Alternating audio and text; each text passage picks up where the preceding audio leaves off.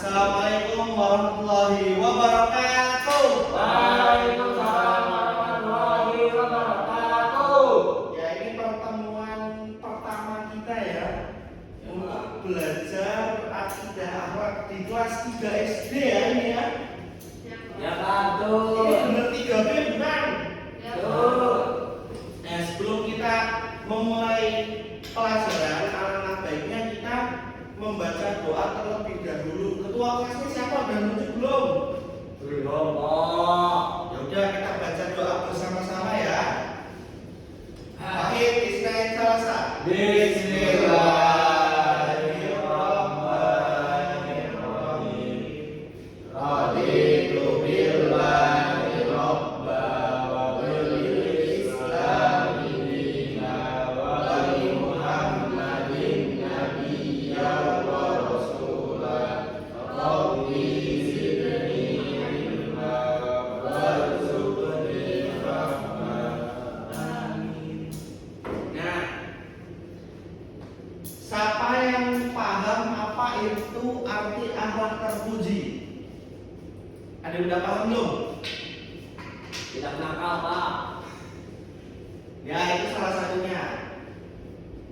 Bapak bakal bacain dulu ya. Pantang menyerah adalah sikap tidak mudah putus asa dalam melakukan sesuatu. Jadi, pantang menyerah ini adalah salah satu akhlak terpuji yang biasanya ada pada dalam diri seorang pejuang. Jadi kalau tidak berjuang nggak ada. Ya, kalau tidak berjuang tidak punya rasa pantang menyerah. Jadi pantang menyerah itu artinya dia tuh susah untuk menyerah gitu loh. Dia tidak mudah dalam berputus asa. Lanjut ya.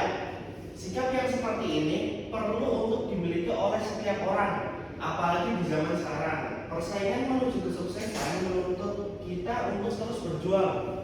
Jika kita mudah menyerah, maka kesuksesan akan hilang dari jangkauan kita. Nah, ketika kita ingin meraih kesuksesan, itu kita harus memiliki salah satu akhlak terpuji ini, yaitu pantang menyerah. Jika kita tidak memiliki sifat pantang menyerah, maka kita akan susah untuk sukses.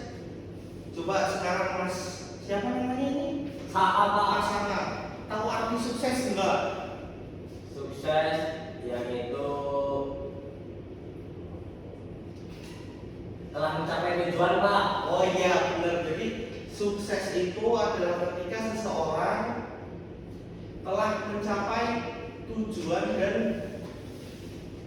entah itu di dunia ataupun di akhirat yang dia memiliki standarnya sendiri. Tapi harusnya kita juga memiliki standar itu sesuai dengan ridwan Allah. Kita lanjut. Nah, macam-macam akhlak terpuji itu ada 3 yang bakal kita bahas. Pertama, pantang menyerah, pemberani, dan Allah. nah, pintar. Sekarang kita bakal masuk yang pertama. Kita udah ya, kita lanjut aja. Hal-hal yang membuat tetap semangat. Pertama, meyakini bahwa setiap orang memiliki kelebihan. Nah, kita ini sering berpikiran bahwasanya, wah enaknya jadi si A, wah enaknya jadi si B. Padahal orang si A dan si B ini bisa saja iri dengan kita yang memiliki kelebihan. Nah, jadi kita jangan terfokus oleh kelebihan orang, tapi kita harus fokus oleh kelebihan diri kita sendiri untuk mengembangkannya. Paham? Yang kedua, yakin bahwa kita mampu dan pasti bisa. Nah, setiap orang itu pasti sudah dikasih takaran oleh Allah untuk memiliki kelebihan. Nah, kenapa kok bisa gitu? Ya karena setiap orang itu pasti diciptakan mungkin tidak ada manfaatnya, pasti ada manfaatnya. Terus lanjutnya yang ketiga, mengingat kembali kesuksesan yang pernah diraih. Selama kita hidup, pasti ada salah satu kesuksesan yang mungkin entah itu kecil ataupun besar, entah itu kita merasakan atau tidak, pasti kita pernah merasakan namanya kesuksesan. Terus lanjut yang keempat, bersikap optimis dan berprasangka baik. Jadi kita tidak boleh yang namanya untuk berprasangka buruk atau kita berpikir bahwasanya ibaratnya negatif thinking. Kalian tahu artinya nggak? Enggak, Pak. Berpikiran buruk artinya. Berprasangka.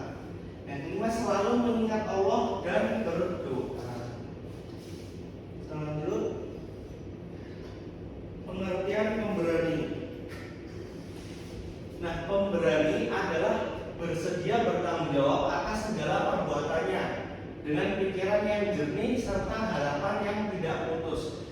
Jadi pemberani ini bukan tentang kayak kita cuma aku berani ngelakuin ini nih, aku berani ngelakuin ini, tapi kita juga harus mengendalikan keberanian ini. Ketika kita sudah memiliki sifat keberanian, alangkah baiknya kita harus pertama pastinya belajar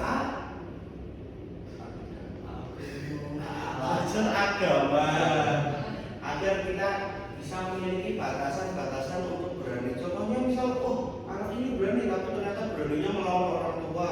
Anak ini berani tapi beraninya melawan orang, kan itu jelek kan? Durhaka ya. Kita lanjut ke pengertian tolong menolong. Nah, tolong menolong artinya saling menolong atau saling memberikan pertolongan. Orang yang suka menolong suatu saat pasti ditolong oleh orang lain. Bila menghadapi musibah atau kesulitan, tolong menolong diperlukan dalam hal kebaikan dan takwa. Nah, jadi ketika kita mengalami kesulitan, kadang kita merasakan, wah, kok sepertinya gak ada yang menolong kita seperti itu. Mungkin karena kitanya sendiri kurang menolong orang lain. Nah, makanya kita diperintahkan untuk saling tolong menolong agar mempererat tali silaturahim. Kita angkat aja ya. Udah pada pintar semua kalian ya. Alhamdulillah. Ciri-ciri orang yang memiliki sikap tolong menolong. Pertama, memiliki hati yang halus. Maksudnya hati yang halus ini dia tuh sopan santun. Pertama sopan santun, habis itu gak sombong orangnya. Kita langsung masuk yang kedua, memiliki perasaan yang peka terhadap lingkungan sekitar. Maksudnya gini, peka itu gimana sih? Misalnya kamu lagi jalan nih, misalnya Mas Eka lagi jalan, terus lihat ada tong sampah tumpah, terus Mas Eka bersihin, Mas Eka naikin. Itu namanya peka, Mas. Udah paham? Desa udah paham? Paham, Pak. Kita lanjutkan juga ketiga, selalu memberikan pertolongan kepada orang yang membutuhkan bantuan tanpa diminta. Jadi kita jangan sampai ya, kita lihat teman kita sendiri kesusahan misalnya, kita tuh nunggu dia minta tolong dulu. Jangan sampai kita harus inisiatif menolong gitu ya. Nah,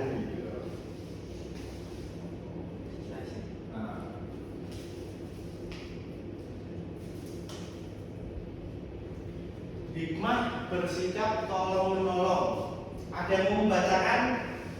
Coba Ilham bacain, coba dari nomor 1 sampai 3. Hikmah bersikap tolong menolong. 1. Disenangi, dihormati dan dikagumi oleh semua orang.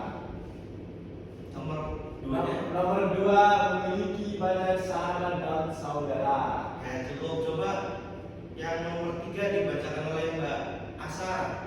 Yang ketiga, orang yang suka menolong apabila mengalami kesulitan atau musibah, banyak yang turut memberi bantuan dengan ikhlas, sekalipun tanpa diminta. Yang keempat, dicintai oleh Allah, dimudahkan segala urusannya oleh Allah dan Allah akan memberinya rezeki yang mengalir dari segala arah yang tak disangka-sangka. Nah, jadi hikmah dari sikap tolong menolong, pertama kita bakal disenangi oleh orang lain, akan dihormati dan dikagumi oleh semua orang. Terus yang kedua, memiliki banyak sahabat dan saudara. Jadi karena kita saling punya sifat saling tolong menolong, itu orang merasa akrab dengan kita. Jadi kita lebih mudah untuk menemukan teman ataupun ya saudara pada Kristus. Sehingga orang yang suka menolong apabila mengalami kesulitan atau musibah, banyak yang turun memberi bantuan dengan ikhlas sekalipun tanpa diminta. Ini tadi sudah kita jelasin. Yang keempat, dicintai Allah, dimudahkan segala urusannya Allah. Ya, jadi karena lampunya mati, nah, jadi dicintai Allah maksudnya apa sih, kok bisa dicintai Allah? Ya karena Allah sudah memerintahkan bahwasanya umat manusia itu harus saling tolong. Sekarang Bapak ada tes kuis untuk kalian dikerjain di sini ya, 5 menit aja. Insya Allah nggak lama.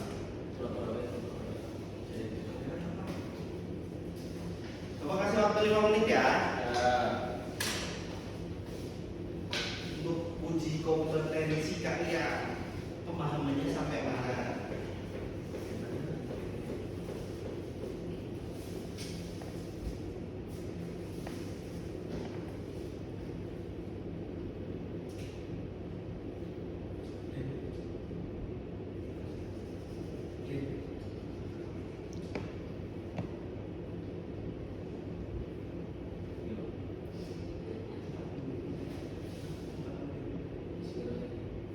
Ya masih 4 menit lagi ya.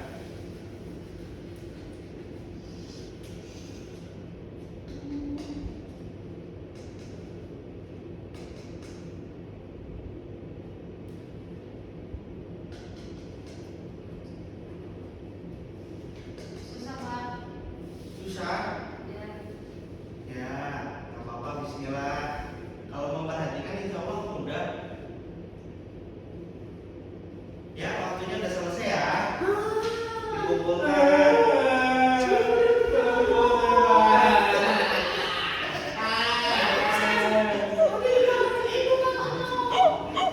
Enggak, ini nggak ada yang dinolkan, nggak apa-apa. Santai aja. Paling orang tuanya ditelepon ya. Gua apa paling diundang ke ya, kita cukupkan untuk pelajaran hari ini. Kita akan bertemu di pertemuan kedua nanti. Wassalamualaikum warahmatullahi wabarakatuh.